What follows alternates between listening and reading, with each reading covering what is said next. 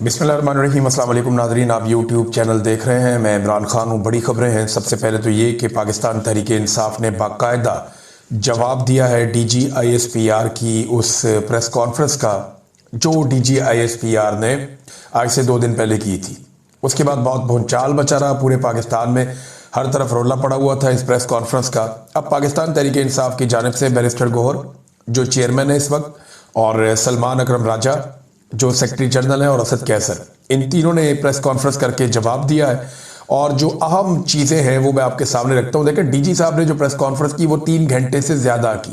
ये चंद जुमलों में उस पूरी का जवाब है। नंबर 1, इन्होंने कहा जी दहशतगर्दों और दहशतगर्दी के पाकिस्तान तहरीक-ए-इंसाफ खिलाफ है। हर हमला जो होता है, जो दहशतगर्द करते हैं, वो पाकिस्तान के ऊपर होता है और उसका पाकिस्तान को नुकसान होता है। और पाकिस्तान तहरीक-ए-इंसाफ हर दहशतगर्द हमले के खिलाफ है, उसकी मजम्मत करती है। अब डीजी कहते हैं कि एक जमात पर हमला क्यों नहीं होता, यानी DGISPR ने देखे ना, ये कहा कि एक जमात है उसके ऊपर हमला क्यों नहीं होता। और दूसरी तरफ वो जमात क्या कह रही है, वो जमात कह रही है कि हर हमला पाकिस्तान पर हमला होता है। तो एक ऐसी सोच जो कौमी सोच है उसमें कितना फर्क होता है, और एक जो सियासी सोच है, यानी DGISPR जिनकी एक कौमी सोच होनी चाहिए, वो कौमी सोच नहीं है, वो एक सियासी सोच है ऐसा लगता है। और PTI ने जिम्मेदारी का मुजाहरा किया। वो ये कहते हैं जी हर हमला पाकिस्तान के ऊपर हमला है। दूसरा नुक्ता उनका यह है कि हम मासूम लोगों की नकल मकानी और उनकी शहादतों को कबूल नहीं कर सकते। ये जो कुछ भी आप करना चाह रहे हैं, नकल मकानी करवाना, कि लोग निकल जाएं अपने इलाके खाली करके और मासूम लोग मारे जाएं, निहत्ते लोग मारे जाएं, आपकी पॉलिसी के नतीजे में, हम ये कबूल नहीं करेंगे। नंबर 3, उन्होंने कहा जी कि हम पर अफसोसनाक इल्जामात लगाए गए। सोशल मीडिया और प्रेस कॉन्फ्रेंस में ये सब कुछ ना किया जाए, मुतल्लका फोरम पर आए, वहां बात करें। हम उम्मीद करते हैं कि आइंदा ऐसी प्रेस कॉन्फ्रेंस नहीं होगी और ना हमें इसका जवाब देना पड़ेगा। ये एक बड़ी सेन अप्रोच है। DGISPR का बनता नहीं है कि पॉलिटिकल प्रेस कॉन्फ्रेंस करें आके। अगर कोई चीज ऐसी है तो मुतल्लका फोरम है, वहां पे आके आप डिस्कस कर लें। नंबर 4, उन्होंने कहा जी 21 जमातों का एलामिया था। पाकिस्तान तहरीक-ए-इंसाफ अकेली ये नहीं कहती कि आपका तरीक़ाकार गलत है। ये 21 सियासी जमातों का एलामिया था, और वो जो 21 जमातें हैं उनका एलामिया बाकायदा असद कैसर ने सहाफ़ियों के हवाले भी कर दिया। उन्होंने कहा जी अमन जरगा में तमाम फरीकैन को हमने दावत दी और वहां इत्तफाक किया गया कि दहशतगर्दी के खिलाफ मौजूदा पॉलिसी जो एस्टेब्लिशमेंट की है, जो बंद कमरों में बन रही है, वो पॉलिसी गलत है। नंबर 5, एक और बड़ी इंपॉर्टेंट उन्होंने बात की। उन्होंने कहा जी दहशतगर्दी समेत किसी भी मामले पर मुज़ाकरात में इमरान खान को बाहर नहीं रखा जा सकता। देखिए ना, इमरान खान के बदतरीन मुखालिफिन है। अगर आसिम मुनीर साहब से भी आप पूछेंगे कि पाकिस्तान में सबसे ज्यादा मकबूल कौन है या अवाम सबसे ज्यादा बात किसकी सुनती है, तो आसिम मुनीर साहब कभी भूल कर भी अपना नाम नहीं ले सकते। वो यही कहेंगे कि इमरान खान ऐसा आदमी है जिसकी पूरा पाकिस्तान बात सुनता है। फिर एक और बात उन्होंने कही, उन्होंने कहा कि पाकिस्तान तहरीक-ए-इंसाफ या इमरान खान वो वाहिद जमात है जो इस वक्त अवाम और इदारों के बीच में जो खलीज मौजूद है उसको पुर करने के लिए किरदार अदा कर सकते हैं। वरना ये खलीज कम नहीं होगी, लोग और मजीद नफरत करते जाएंगे। वो सियासत की वजह से होती है। देखिए, जनरल बाजवा ने अपनी रिटायरमेंट से चंद दिन पहले ये कहा था कि पाकिस्तान की फौज से पाकिस्तानी लोग प्यार नहीं करते। इस किस्म का एक उन्होंने गिला किया था। अल्फाज शायद मेरे आगे पीछे हो जाए। तो उन्होंने कहा उसकी वजह यह है कि हमने बहुत ज्यादा सियासत में मुदाखलत की है। तो ये वाला गंद तो जनरल बाजवा ने खुद भी मारा था, अभी भी मारा जा रहा है। अच्छा जी, एक और उन्होंने जो गिला किया, उन्होंने कहा जी मरकजी हुकूमत खैबर पख्तूनख्वा के फंड्स फराहम नहीं कर रही और खैबर पख्तूनख्वा का पैसा रोक कर बैठे, जिसकी वजह से अवाम की तरक्की पर पैसा नहीं लगाया जा सक रहा। क्योंकि एक और नुक्ते में उन्होंने कहा कि ये DGISPR ने कहा कि दहशतगर्द पैसों के गुलाम है। कुछ $400 दे तो इधर बंदा मार देते हैं, $600 दे तो उधर बंदा मार देते हैं। तो अगर ये बात ठीक है तो इसका सादा सादा मतलब ये है कि वहां बेरोजगारी है, बेरोजगारी खत्म की जाए, गुर्बत है, गुर्बत खत्म की जाए, ताकि लोग दहशतगर्दों के साथी बनने की बजाय अमन व अमान की जिंदगी को तरजीह दें। ये जनाब एक प्रेस कॉन्फ्रेंस थी और बड़ा तफसीली उन्होंने सारी चीजें सामने रखी। मेरे ख्याल में DGISPR को ना अब सियासी प्रेस कॉन्फ्रेंस करने से तौबा करनी चाहिए। इससे बयानिया नहीं बनता, उल्टा नुकसान हो जाता है। और देखे ना, ये DGISPR तो चला जाएगा। अब अहमद शरीफ है आज DGISPR, कल इनके वालिद फौज में हो सकते थे, परसों कोई और था, उससे पहले कोई और था, उससे पहले कोई और था, सारे चले गए। अब जनरल बाजवा जो गंद मार के गया है वो फौज की तारीख का हिस्सा बन गया। जनरल मुशर्रफ ने जो बेशर्मी की है वो फौज की तारीख का हिस्सा बन गई। जनरल ज़ियाउल हक ने जो इस कौम के साथ बेशर्मी की वो इस तारीख का हिस्सा बन गई। याया खान ने जो बेगैरती की वो भी इस तारीख का हिस्सा बन गई। तो ये अहमद शरीफ साहब भी रिटायर हो जाएंगे, लेकिन जो कुछ वो कर रहे हैं ये तारीख का हिस्सा बन जाएगी और इदारे के ऊपर एक दाग और लग जाएगा। तो बजाय इसके कि दागदार करें, रुकें, अपने आप को होल्ड करें, गुस्से में काबू पाएं और एक सियासी जमात से लड़ना आप बंद कर दें। सियासी जमात अवाम के हाथों तबाह होती है, इदारे उसको तबाह नहीं कर सकते, आपसे होगा नहीं। नाज़रीन, तहरीक तहफ़्फ़ुज़ आईन पाकिस्तान का एक काफिला जो इस्लामाबाद से लाहौर की जानिब रवाना हुआ, ऐसा लग रहा था कि जीटी रोड के ऊपर एक जंग लगी हुई है। जगह जगह जीटी रोड पे पुलिस के नाके, जगह जगह पुलिस की नफरी खड़ी है और इस काफिले के साथ साथ एक डबल केबिन डाला और एक कार, उसके अंदर मखसूस नामालूम लोग और उनकी हिफाजत के लिए चंद गाड़ियां और बीच में पुलिस की एक लेयर, ये भी इस्तेमाल की गई। अब इन बंदों की नामालूम लोगों की ड्यूटी क्या है? ये गाड़ियां तोड़ देते हैं। यानी जहां पे भी देखते हैं पाकिस्तान तहरीक इंसाफ की या तहरीक तहफ़्फ़ुज़ आईन पाकिस्तान की गाड़ियां काफिले में शामिल हो रही हैं, ये गाड़ियों को डंडे मार के तोड़ते हैं और भाग जाते हैं। ये गाड़ियां तोड़ रहे हैं ताकि काफिले के अंदर गाड़ियां शामिल ना हो सकें, और अगर आगे कुछ लोग इस काफिले में शामिल होना चाहते हैं तो अपनी गाड़ियां छोड़ दें या छुपा लें और काफिले का हिस्सा ना बने कि यहां तो गाड़ियां टूट रही हैं। देखिए, ये जो है ना, सबसे पहले ये सिलसिला आजमाया गया मौजूदा फस्तायत के दौर में। 2014 में ये किया था गुल्लू भट्ट ने पुलिस के साथ मिलकर। मिनहाजुल कुरान के बाहर बहुत सारे लोगों की गाड़ियां खड़ी थी, इन्होंने गाड़ियां तोड़ना शुरू कर दी, ये सोच करके मिनहाजुल कुरान के अंदर जो लोग मज़ामत कर रहे हैं, जब वो अपनी गाड़ियां टूटती हुई देखेंगे तो वो गाड़ियों में बैठ के भाग जाएंगे और वो यहां नहीं आएंगे, या मजीद लोग जो यहां आने का सोच रहे हैं गाड़ियां लेकर, वो यहां नहीं आएंगे। तो ये गुल्लू भट्ट ने और पुलिस ने ये फार्मूला सबसे पहले इस्तेमाल किया था मॉडल टाउन में। अच्छा, उसके बाद ये इस्तेमाल हुआ 2022 में 25 मई को यास्मीन राशिद साहिबा की गाड़ी तोड़ी गई, बहुत सारी और गाड़ियां तोड़ दी गई। फिर ये फार्मूला इस्तेमाल किया गया 2023 में मार्च के महीने में जमान पार्क में, वहां बहुत गाड़ियां तोड़ी पुलिस ने, बल्कि कुछ लोगों की एक एक दर्जन गाड़ियां टूट गई, सैकड़ों गाड़ियों के शीशे इन्होंने तोड़े, गाड़ियों को तबाह कर दिया। और ये इसलिए किया ताकि लोग अपनी गाड़ियां लेकर ही ना आए। उसके बाद 9 मई को इसी तरह के नामालूम अफराद को इस्तेमाल किया गया और 9 मई में आप कुछ ऐसे मनादिर देखते हैं जहां के गुल्लू भट्ट टाइप के लोग, जो सरकारी लोग हैं, वो मुंह पे नकाब पहन के गाड़ियां तोड़ रहे हैं और वो सारी गाड़ियां भी पीटीआई के खाते में डालनी और बाद में का ये फितना जमात है। हालांकि वो गाड़ियां तोड़ने वाले नामालूम अफराद थे, उनके जूतों से, उनकी चाल ढाल से, उनके नकाब पहनने से सब पता चलता है। तो वहां इन्होंने बड़ी तबाही फेरी थी। उसके बाद आप आ जाए 9 मई के बाद ये बार बार गाड़ियां तोड़ने का सिलसिला जारी रहा और आज भी हम वही देख रहे हैं कि नामालूम अफराद जो है वो गाड़ियां तोड़ रहे हैं। ये पंजाब में होता है और ये बार बार होता है। इसको बतौर एक हथियार इस्तेमाल किया जा रहा है, लोगों के घर तोड़ दो, उनकी गाड़ियां तोड़ दो। और हालत इनकी ये हो गई है कि जो काफिला है उसको छोटा करने के लिए, कि कहीं पे कोई इस्तकबाल ही ना करने के लिए इकट्ठे हो जाए, उसे रुकने नहीं देते, कहते निकलो निकलो मत, जाओ जाओ जाओ, यहां से जाओ। वो अल्लामा राजा नासिर अब्बास साहब रुके, उन्होंने कहा जी मैं मस्जिद में नमाज पढ़ लूं, तो पुलिस वाला कहता है ये होगी आपकी नमाज, जाएं आप यहां से। क्योंकि हर पुलिस वाले को मुसीबत पड़ी हुई है कि अगर ये थोड़ी देर रुकेंगे, लोगों को पता चलेगा, लोग यहाँ पे इकट्ठे हो जाएंगे, लिहाजा इनको निकालें जितनी जल्दी होता है। अल्लामा राजा नासिर अब्बास साहब के बेटे को गिरफ्तार किया गया, हिरासत में लिया गया। अचकज़ई साहब के बेटे के लिए भी यही सब कुछ किया गया। अमजद खान न्यादी साहब हैं, उन्हें गिरफ्तार कर लिया गया। कई MPAs MNAs को गिरफ्तार किया गया, बहुत ज्यादा टॉर्चर किया गया। गुज़िश्ता 2 दिनों से चादर और चार दीवारी का लगातार जो है तकद्दुस पामाल किया जा रहा है। जफर इकबाल गोंदल साहब तहरीक इंसाफ के रहनुमा, उन्हें भी गिरफ्तार कर लिया गया। ये सहाफ़ी मोहम्मद उमैर साहब ने भी और दीगर सहाफ़ियों ने भी खबर दी है कि पाकिस्तान तहरीक इंसाफ के हंजरवाल में कारकुन राशिद यूसुफ, उनके घर के ऊपर पुलिस अटैक करती है, उनकी हालत खराब हो जाती है। पुलिस अटैक करती है, हमला करती है, कोशिश करती है गिरफ्तार करने की, उनकी हालत इतनी खराब हो जाती है कि उन्हें अस्पताल पहुंचाया गया और वो उनकी जान नहीं बच सकी, फौत हो गए। तो एक और पॉलिटिकल कारकुन ये पुलिस गर्दी की नजर हो गया पंजाब में। तो IG पंजाब के दामन पे एक और सियासी कारकुन का खून लग गया।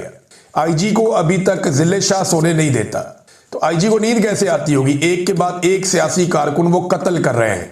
यानी इस आदमी का कोई जुर्म नहीं है, वो मुजरिम नहीं है, कोई मंशियात फरोश नहीं है, कोई असले का स्मगलर नहीं है, कोई दहशतगर्द नहीं है, लेकिन पुलिस दहशतगर्दों की तरह लोगों के घरों पे धावे बोलती है, चीजें तोड़ती है, लोगों की हालत खराब हो जाती है।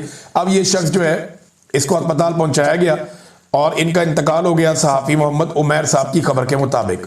ये है नाज़रीन सूरत हाल। अब ऐसे में हुकूमत कहती है कि वो मुज़ाकरात करेगी। आपको लगता है कि ये कोई सेन अप्रोच है कि एक तरफ आप मार कुटाई कर रहे हैं, दूसरी तरफ आप करें मुज़ाकरात होंगे? देखिए, इन्हें मुज़ाकरात में कोई संजीदगी नहीं है और इन्होंने मुज़ाकरात नहीं करने, इन्होंने अपना टाइम पूरा करना है और टाइम पूरा करने के लिए मार कुटाई भी करेंगे, जुल्म भी करेंगे, जबर भी करेंगे। ये 5 साल इन्होंने किसी तरह गुजारना है और फिर इन्होंने अवाम के रद्देअमल को रोक कर रखना है। अगर अवाम ने इनसे छुटकारा हासिल करना है तो उसे निकलना पड़ेगा, और जब अवाम निकल जाएगी तो वो इनका आखिरी दिन होगा। ये बात तो क्रिस्टल क्लियर है, क्योंकि इनके पास इखलाकी जवाज कोई नहीं है। आलमी सतह पर भी, पाकिस्तान के अंदर भी सब लोग ये जानते हैं कि इनके पास इस हुकूमत को जारी रखने का कोई इखलाकी और कानूनी और आईनी जवाज नहीं है। जिस दिन लोग निकलेंगे इनके साथ कोई खड़ा नहीं होगा। अब नाज़रीन, इसमें एक चीज आप और देखें कि कराची में पाकिस्तान तहरीके इंसाफ को कहा जाता है कि आपको मुकम्मल सहूलत फराहम की जाएगी। मैंने 2 दिन पहले कहा कि फिर पीटीआई को जलसा भी करना चाहिए। अब पीटीआई ने जिना बाग में जलसे के लिए जो है वो दरखास्त दी, मगर जलसा करने से सिंध हुकूमत ने मना कर दिया, और वजह जो बताई गई वो सिक्योरिटी खदशात है। एक तरफ डीजी आईएसपीआर कहते हैं कि पाकिस्तान तहरीके इंसाफ पर दहशतगर्द हमला क्यों नहीं करते, दूसरी तरफ सिंध की हुकूमत कहती है कि जनाब सिक्योरिटी का खदशा है, लिहाजा हम आपको जलसा करने की इजाजत नहीं देते। यार एक तरफ खड़े हो जाए ना, या तो डीजी आईएसपीआर झूठ बोल रहे हैं या फिर सिंध हुकूमत झूठ बोल रही है। अगर तो डीजी आईएसपीआर सच बोल रहे हैं कि पीटीआई के ऊपर हमला नहीं हो सकता दहशतगर्दों का, तो फिर तो उन्हें जलसा करने की इजाजत देनी चाहिए, और अगर नहीं देनी तो फिर सिक्योरिटी को आप रीजन ना बनाए, आप कोई और वजह बता दें।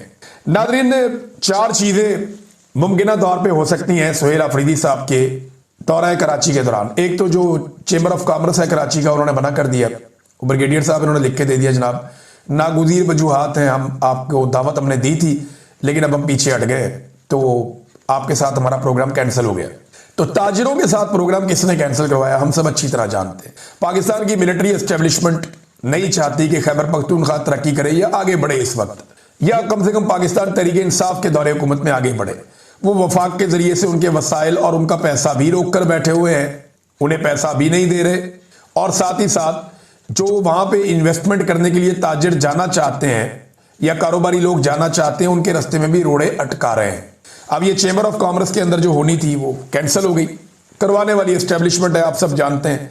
तो 3-4 चीजें नाज़रीन जो बड़ी इंपॉर्टेंट है, जिसका ख्याल पाकिस्तान तहरीके इंसाफ को और सुहेल अफरीदी की टीम को रखना पड़ेगा कराची में।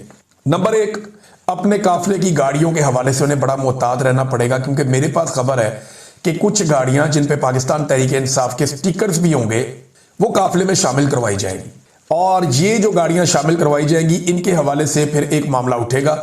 ये चीज अपने जहन में रखें कि ये हो सकता है और गाड़ियां शामिल करवाई जाएंगी। नंबर 2, सुहेल अफरीदी की सिक्योरिटी के हवाले से कुछ इजाफी इकदाम जो कराची और हैदराबाद दौरा इस हवाले से करने चाहिए। नंबर 3, पीटीआई के कुछ धड़ों में सुहेल अफरीदी के सामने झगड़ा करवाने की कोशिश की जाएगी और उसको एक नेशनल इशू के तौर पे उठाया जाएगा और पूरा पाकिस्तान का मीडिया उसे चलाएगा। ये भी एक प्लान है। और चौथी चीज मैं आपको वक्त से पहले इसलिए बता रहा हूं ताकि ये प्लान नाकाम किए जा सके। चौथी चीज ये है कि बदमजगी पैदा करने की कोशिश की जाएगी। 2 ऐसे इवेंट हैं जहां पे मैं उम्मीद करता हूं कि जो हमारे कराची के सिंध के सहाफ़ी हैं वो ऐसे किसी भी घटिया खेल को कामयाब नहीं होने देंगे। मैं इससे ज्यादा कुछ कहना नहीं चाहता। सुहेल अफरीदी ने नाज़रीन एक बात उठाई, एफसीआर के कानून का उन्होंने हवाला दिया बात करते हुए। इससे पहले और लोग भी ये हवाला दे चुके हैं। एफसीआर था क्या? ये एफसीआर एक फ्रंटियर क्राइम्स रेगुलेशन, एक ऐसा काला कानून था जो 1901 में अंग्रेज सरकार लेकर आई थी इन इलाकों को जो फ्रंटियर के एरियाज हैं उन्हें कंट्रोल करने के लिए। एफसीआर इसे 2018 में खत्म किया गया था, यानी 117 साल तक यह कानून नाफिज रहा। इस पे जनाब सुहेल अफरीदी कहते हैं हमारे साबका फाटा में एक ऐसा काला कानून था एफसीआर जिसकी बुनियाद इंसाफ के बजाय खौफ, वहशत, दहशत और इज्तमाई सजा वगैरह पर थी। इस कानून में किसी भी शख्स को सफाई का हक हासिल नहीं था, बल्कि रियासती नुमाइंदा ही मुनसिफ, गवाह और जल्लाद होता था और इख्तिलाफ राय को बगावत समझा जाता था। पंजाब और वफाक की जाली हुकूमत में जो फस्तायत दिखाई दे रही है वो इसी काले कानून की जदीद शक्ल महसूस होती है। सियासी इख्तिलाफ को जुर्म बनाना, रियासती ताकत के जरिए खामोशी मुसल्लत करना, गिरफ्तारियों, तशद्दुद और इजहार राय और जलसे और जुलूसों पर कदगने लगाना, ये सब वो औजार हैं जो कभी एफसीआर के तहत इस्तेमाल होते थे। ये सब आज पूरे पाकिस्तान पर लागू हो चुके हैं। यूं महसूस होता है कि कानून नाफिज करने वाले इदारों का मकसद मुल्क और शहरियों का तहफ़्फ़ुज़ नहीं बल्कि इक़्तिदार का तहफ़्फ़ुज़ बन चुका है। तारीख बताती है कि ऐसे निज़ाम वक्ती तौर पर खामोशी तो पैदा कर सकते हैं, मगर उसके बाद का शोर काफी जोरदार होता। ये नाज़रीन सुहेल अफरीदी साहब ने एफसीआर का हवाला देकर बताया कि आज पूरे पाकिस्तान के ऊपर एफसीआर लगा दिया गया है। अंग्रेजों की कॉलोनी था ये पूरा रीजन, तो उन्होंने गुलामों की तरह ट्रीट किया और ऐसे गंदे कवानीन बनाए। लेकिन आज उस तरह के कवानीन पे इंप्लीमेंट पूरे पाकिस्तान में दिखाई दे रहा है। नाज़रीन, अडियाला जेल में आज भी मुलाकात ना करवाने का दिन था। जुमेरात का दिन है, अदालती ऑर्डर मौजूद हैं, बंदे जेल के बाहर खड़े हैं और आज भी इमरान खान साहब की अडियाला जेल में मुलाकात नहीं करवाई गई क्योंकि अदालती अहकामात को बूटों तले रौंदने का दिन था। आज आइन और कानून के कत्ल का एक और दिन था और आज अडियाला जेल में मुलाकात ना करवाने का दिन था। एक कैदी के बुनियादी हुकूक गसब करने का दिन था। तो आज एक मरतबा फिर मुलाकात नहीं हुई। नाज़रीन, ये जियो न्यूज़ रिपोर्ट कर रहा है, मैं ये आप नहीं कह रहे। रिपोर्टिंग के मुताबिक जो 20 किलो आटे का थैला है जो इमरान खान साहब के दौरे हुकूमत में 1100 रुपए का बहुत महंगा हुआ करता था, 1100 रुपए का आटे का थैला जो इमरान खान साहब के दौरे हुकूमत में बहुत महंगा हुआ करता था, अब उसकी कीमत 2400 रुपए से बढ़ के 2600 रुपए हो गई है। काफी संभाल लिया पाकिस्तान को फील्ड मार्शल आसिम मुनीर और उनकी टीम ने। इस कामयाबी का सेहरा भी फील्ड मार्शल आसिम मुनीर और उनकी पूरी टीम को जाता है कि वो आटा जो इमरान खान के दौर में, मेरी बात जनरल बाजवा को भी दे दें थोड़ा क्रेडिट, क्योंकि आगाज तो उसी ने किया था। तो 2022 में जो 1100 का आटा बहुत महंगा होता था, अब 2600 रुपए का सस्ता आटा मिल रहा है। इसमें बड़ी बरकत है क्योंकि हाफिज सैयद आसिम मुनीर साहब ताहयात इस्तिस्ना वाले मौजूद हैं पाकिस्तान में और ये उन्होंने पाकिस्तान को अपनी टीम के साथ मिलकर संभाल लिया। नाज़रीन, एक और खबर, ये बिजली की कीमत में 2.25 रुपए से जायद का मजीद इजाफा कर दिया गया। मजीद बिजली महंगी कर दी गई। 33.38 रुपए, 33 रुपए 38 पैसे, ये बुनियादी यूनिट की कीमत है। अब इससे आधे से भी बहुत कम पैसों में इमरान खान के दौर में मिलता था। इमरान खान के दौर में जो यूनिट की बुनियादी कीमत थी वो बहुत कम थी, इससे आधे से भी बहुत कम थी। लेकिन आज दुगने से ज्यादा सिर्फ बुनियादी यूनिट की कीमत हो गई है, बेसिक यूनिट जो है बिजली का। और फिर जैसे ये स्लैब सिस्टम है उसके जरिए तो इन्होंने तबाही फेर दी है। आवाम को इन्होंने बिजली के बिलों के बोझ तले दबा के मारने का प्लान बनाया हुआ है। कभी गैस महंगी करते हैं, कभी बिजली महंगी करते हैं। यानी अल्टरनेट डे पे खबर आती है, एक दिन आती है पेट्रोलियम लेवी बढ़ गई, अगले दिन आती है गैस बढ़ गई, अगले दिन आती है आटा बढ़ गया, अगले दिन आती है बिजली बढ़ गई, फिर वापस रिवर्स लगता है, फिर चीनी बढ़ गई, अब इसके बाद जनाब आटा बढ़ गया। ये ना पूरा हफ्ता रोजाना एक चीज की कीमत बढ़ाते हैं ताकि माफिया को फायदा पहुंचे और लगातार यही किया जा रहा है। नाज़रीन, अमेरिका के सदर डोनाल्ड ट्रंप के लिए पाकिस्तान ने अमन का नोबेल इनाम जो है उसके लिए उन्हें नामजद किया हुआ है। डोनाल्ड ट्रंप ने अमेरिका के दिफाई बजट में 50% इजाफा करने का फैसला किया है। 1.5 ट्रिलियन तक अमेरिकी दिफाई बजट होगा और ये दुनिया का सबसे बड़ा दिफाई बजट है। डोनाल्ड ट्रंप का ये कहना है कि चाहे वो रशिया है, चाहे वो चाइना है, ये सिर्फ अमेरिका से डरते हैं, नेटो से नहीं डरते और नेटो अमेरिका के बगैर कुछ भी नहीं है। और अमेरिकन फोर्सेस वैसे हैं कमाल की, ये आपको मानना पड़ेगा। वो बहुत ताकतवर मुल्क है, उनकी फौज बहुत प्रोफेशनल फौज है, उन्हें जो भी टारगेट मिलता है वो अचीव करते हैं, बाकी फौजें ऐसे नहीं कर सकती। तो उनका दिफाई बजट बढ़ रहा है और उनके कुछ नेशनल इंटरेस्ट है जिन्हें वो अचीव करने की कोशिश करेंगे। अब तक के लिए इतना ही। अपना ख्याल रखिएगा, अपने चैनल का भी। अल्लाह हाफिज़।